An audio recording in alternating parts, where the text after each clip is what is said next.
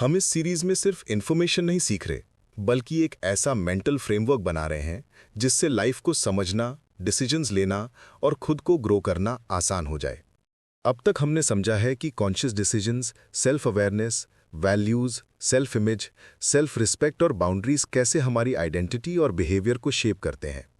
लेकिन इन सब के नीचे एक और गहरी लेयर होती है, एक ऐसा इनविजिबल सिस्टम जो ये तय करता है कि आप क्या सोचेंगे, कैसा महसूस करेंगे और किस हद तक एक्शन लोगे।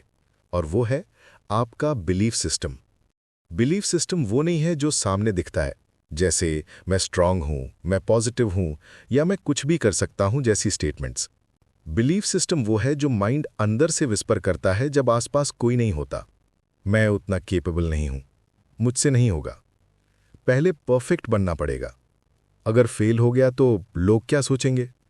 ये बातें कभी लाउड नहीं होती, लेकिन इनका इम्पैक्ट बहुत पावरफुल होता है। दुनिया कहती है स्किल सीखो, मेहनत करो, स्ट्रैटेजी बनाओ, लेकिन अगर बिलीफ सिस्टम आपको रोक रहा है तो स्किल होने के बाद भी कॉन्फिडेंस नहीं आएगा, स्ट्रैटेजी होने के बाद भी एक्शन नहीं होगा और मेहनत करने के बाद भी रिजल्ट्स नहीं बदलेंगे। कभी नोटिस किए, दो लोग एक ही एनवायरनमेंट में हैं, एक ही अपॉर्चुनिटीज के साथ ग्रो होते हैं, लेकिन आउटकम्स बिल्कुल अलग हो जाते हैं। एक आगे बढ़ता है, रिस्क लेता है, सीखता है और चेंज होता जाता है। दूसरा वहीं का वहीं रहता है, वही सोच, वही कंफर्ट जोन और वही हैबिट्स। और इस फर्क के पीछे ज्यादातर टैलेंट या लक नहीं होता, असल फर्क बिलीफ सिस्टम होता है।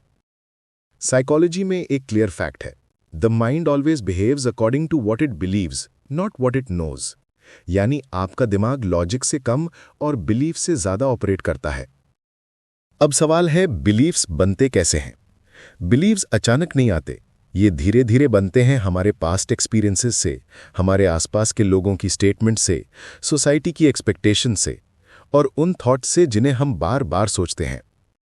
अगर बचपन में आपको इनडायरेक्टली ये सिखाया गया कि गलती मत करो, रिस्क मत लो, ज़्यादा पैसा कमाना गलत है, सरकारी नौकरी ही बेस्ट है, बिजनेस सिर्फ पैसे वाले लोग करते हैं, तुम पुअर बैकग्राउंड से आते हो, तुम्हारी इंग्लिश अच्छी नहीं है, पैर उतने ही पसारो जितनी चादर हो, और अगर फेल हुए तो लोग क्या कहेंगे, तो आज भी आपका माइंड बिना किसी रियल डेंजर के सेफ प्ले करना प्रेफर करेगा।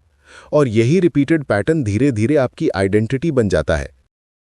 बिलीफ सिस्टम का सबसे ट्रिकी हिस्सा यह है कि दिमाग उन्हीं चीज़ों पर ध्यान देता है जो पुराने बिलीफ्स को प्रूव करे। इसे साइकोलॉजी में कॉन्फर्मेशन बायस कहा जाता है। अगर बिलीफ है कि मैं अनलकी हूं, तो हर छोटी परेशानी प्रूफ लगने लगेगी। लेकिन अगर बिलीफ है कि मैं सीख सकता हूं और ग्रो कर सकता हूं, तो छोटी सी इंप्रूवमेंट भी एनर्जी और कॉन्फिडेंस बन जाएगी। बिलीफ्स दो तरह के होते हैं। कुछ बिलीव्स आपको एक्सपैंड करती हैं, एम्पावर करती हैं और आगे बढ़ने की परमिशन देती हैं। कुछ बिलीव्स आपको रोकती हैं, लिमिट करती हैं और डर पैदा करती हैं। इन लिमिटिंग बिलीव्स को हम इनविजिबल मेंटल बैरियर्स कह सकते हैं।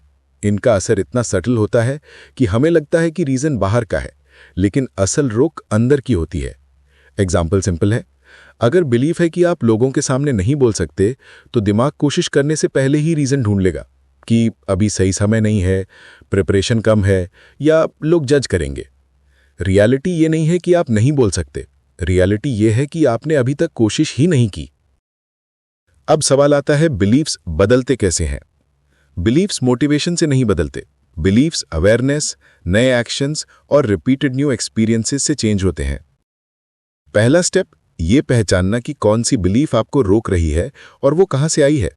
क्या वो सच में आपकी बिलीफ है या बस आपने अडॉप्ट कर ली थी? दूसरा स्टेप, उसे सवालों में लेना। क्या ये फैक्ट है या सिर्फ एक डर?